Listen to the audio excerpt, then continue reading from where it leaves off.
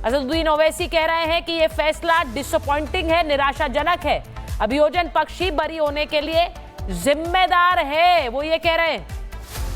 क्या सरकार इस फैसले के खिलाफ अपील करेगी? अब वो इस फैसले के खिलाफ अपील चाहते हैं। वो चाहते हैं कि सरकार इस फैसले के खिलाफ जाए, अपील करे कि यह फैसला गलत है। दोषपूर्ण जांच के लिए एनआईए एटीएस दोषी ठहराए जाएंगे। अब संजीव जी वो कह रहे हैं कि इस फैसले के खिलाफ जाइए, आप अपील करिए, ये निराशाजनक फैसला है, गलत फैसला है। मैं 2-3 बातें सुचारिता, मैं चाह रहा था कि एफआईआर के जो इंग्रेडिएंट्स थे, मैं इनसे ये खुद भी वकील रहे ओवैसी जी, वो है कि स्थान क्या था।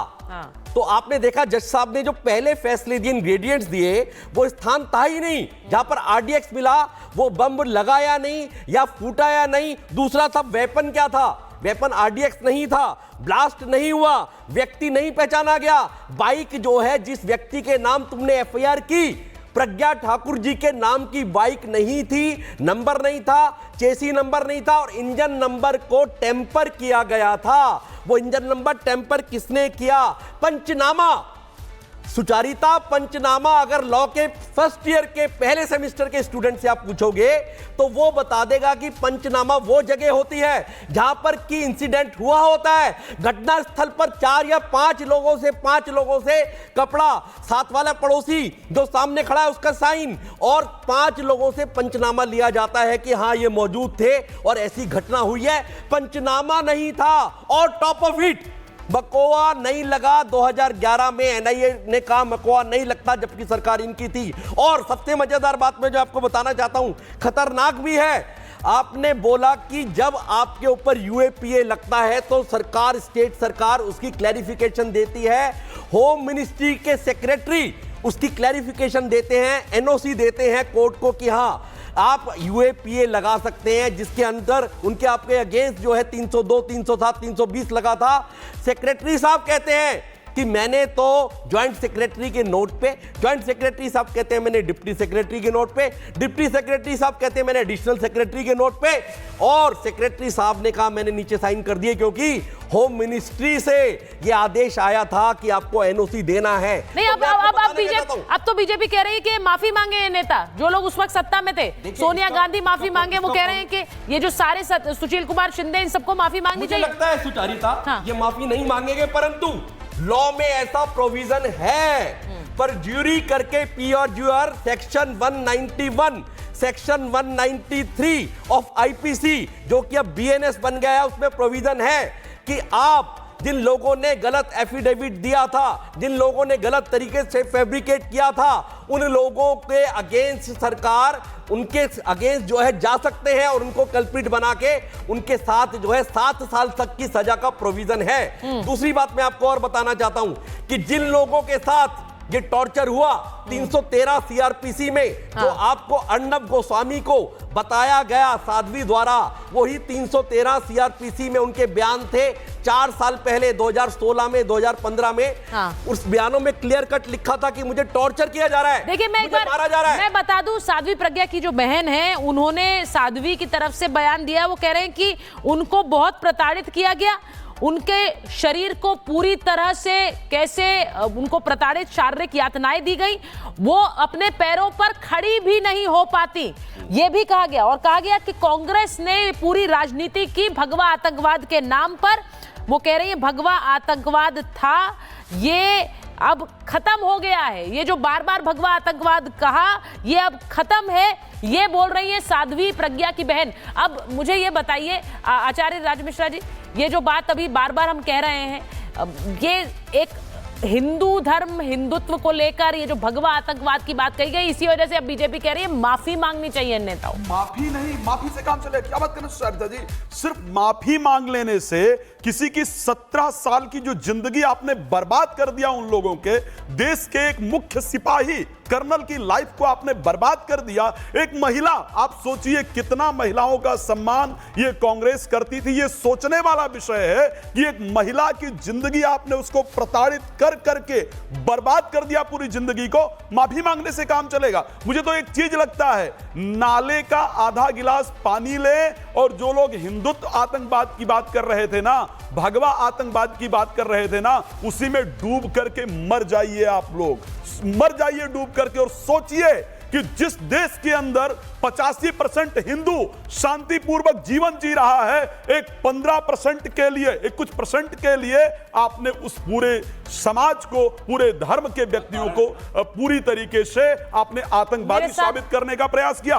एक और चीज बताना चाहूंगा, एक बार बताऊं मैं कि नवनीत राणा जी इस वक्त हमारे साथ फोन लाइन पर है, मैं जरा उनके पास जाऊंगी। नवनीत जी, जिस तरह से भगवा आतंकवाद को लेकर बार बार बातें कही गई, हमने इतने सालों की ये कहानी देखी है, ये पूरा ट्रायल देखा है, आज कोर्ट ने कहा सभी दोष मुक्त हैं, सबको बरी किया है। ठीक है, नवनीत जी के पास वापस जाएंगे, उनको शायद आवाज नहीं आ रही है मेरी, लेकिन जिस तरह से इस पूरे मामले में भगवा आतंकवाद शब्द का इस्तेमाल करके भगवा और हिंदुत्व को टारगेट पे लाने की कोशिश की गई, क्या ये एक पूरी पॉलिटिकल कॉन्स्पिरेसी थी, राजनीतिक षड्यंत्र था? क्योंकि बीजेपी कह रही है हाँ यही किया गया है और यही इसी के तहत सारे लोगों को फंसाया गया। अब कोर्ट क्या कह रहा है वो भी यही बता रहा है अवधेश जी, कोर्ट भी यही बता रहा है कि सबूत फैब्रिकेटेड थे जो आपने फोरेंसिक जांच के लिए भेजे, आपने आरडीएक्स कर्नल पुरोहित ने प्लेस किया, इसके तो कोई सबूत ही नहीं है। अवधेश जी देखिए, ये तो कोर्ट ने जो कुछ आज कहा है, उसके बाद इस देश में यूपीए सरकार के समय यूपीए की चेयरपर्सन, उनके सलाहकार परिषद के लोग, उस समय जो महाराष्ट्र के मुख्यमंत्री थे, जो गृह मंत्री थे, इन सबको सामने आके कोई तो बयान देना चाहिए ना। ये कोर्ट ने तो, कोर्ट की अपनी सीमा है, वो पॉलिटिकल टिप्पणी नहीं कर सकती है, कोर्ट कोई सोशल कल्चरल टिप्पणी नहीं कर सकती है। लेकिन इस देश में कैसे सत्ता षड्यंत्र पूर्वक आतंकवाद से ग्रस्त देश को, जो कि दुनिया में आतंकवाद से पीड़ित होकर अपनी लड़ाई लड़ने की कोशिश कर रहा हो, उस पूरे मामले को पलटकर, क्योंकि मैं आपको बता रहा हूं कि मालेगांव ब्लास्ट में जो पहला ब्लास्ट हुआ था, उसमें पहले लोग पकड़े गए थे, उनके नाम तक थे और बाद में वो छोड़े गए। मक्का ब्लास्ट में तो पहले हुजी का नाम आया था और एटीएस ने हुजी के आधार पर 2 लोगों को गिरफ्तार किया था, जिसको छोड़ा गया।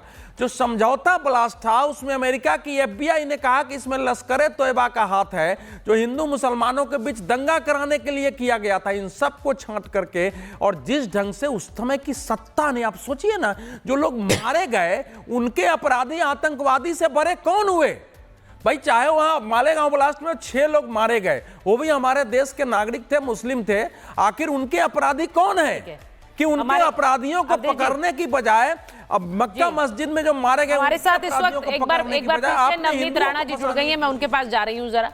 नवनीत जी, कोर्ट ने आज कह दिया कि कोई सबूत नहीं है भगवा आतंकवाद को लेकर, जैसे ये पूरी कहानी एक गढ़ी गई, कोर्ट ने आज सबको बरी कर दिया है।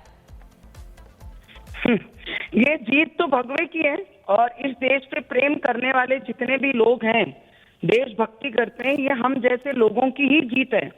पर इतने साल सिर्फ भगवाधारी होने के नाते जो अत्याचार उनपे उस समय की गवर्नमेंट ने किया, मुझे लगता है, अभी कोई भाई साहब आपके चैनल पे ही बोल रहे थे कि हमारे मुसलमान भाई जो जिनकी डेथ हुई इस पूरे प्रकरण में, उनको न्याय, क्योंकि उस समय जो सरकार थी इन लोगों को ये दिखाना चाहती थी कि हम भगवा विरोधी हैं।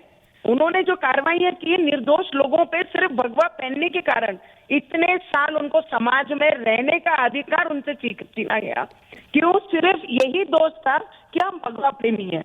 और आज कोर्ट ने सीधे तौर पे कह दिया, क्योंकि हमारी प्रज्ञा सिंह ठाकुर जी को हमने 5 साल पार्लियामेंट में देखा है कि उनका चलना भी बहुत मुश्किल था, इतना अत्याचार उस समय की सरकार ने उनपे किया। पुरोहित जी थे, रमेश उपाध्याय जी थे, अजय जी थे, सुधाकर चतुर्वेदी जी थे, समीर कुलकर्णी जी थे। ये जितने भी लोग हैं, समाज में एक गलती अगर किसी से हो जाती है तो समाज में रहना बहुत मुश्किल हो जाता है। तो ऐसे प्रकरण जब होते हैं और उसमें आपको दोषी उस समय की सरकार सिर्फ इसी कारण किया कि आप भगवा पहनकर घूमते हैं, आपको इस देश में भगवा पहनने का अधिकार नहीं, भगवे से आपने दूर रहना है, भगवे प्रेमियों को इस देश में रहने का अधिकार नहीं। उस समय की सरकार ने इतना खौफ भगवा प्रेमियों को दिया था। और आज उन सभी ऑपोजिशन जो आज बैठते हैं उनको तो है इसमें जो आपने कहा कि भगवा से एक नफरत और भगवा से एक चिढ़ पैदा करने की इस साजिश के तहत कोशिश की गई। अभी बीजेपी कह रही है, नवनीत जी वो कह रही है कि जो नेता थे उस समय उन्हें माफी मांगनी चाहिए, चाहे वो सोनिया गांधी हो या चिदम्बरम हो।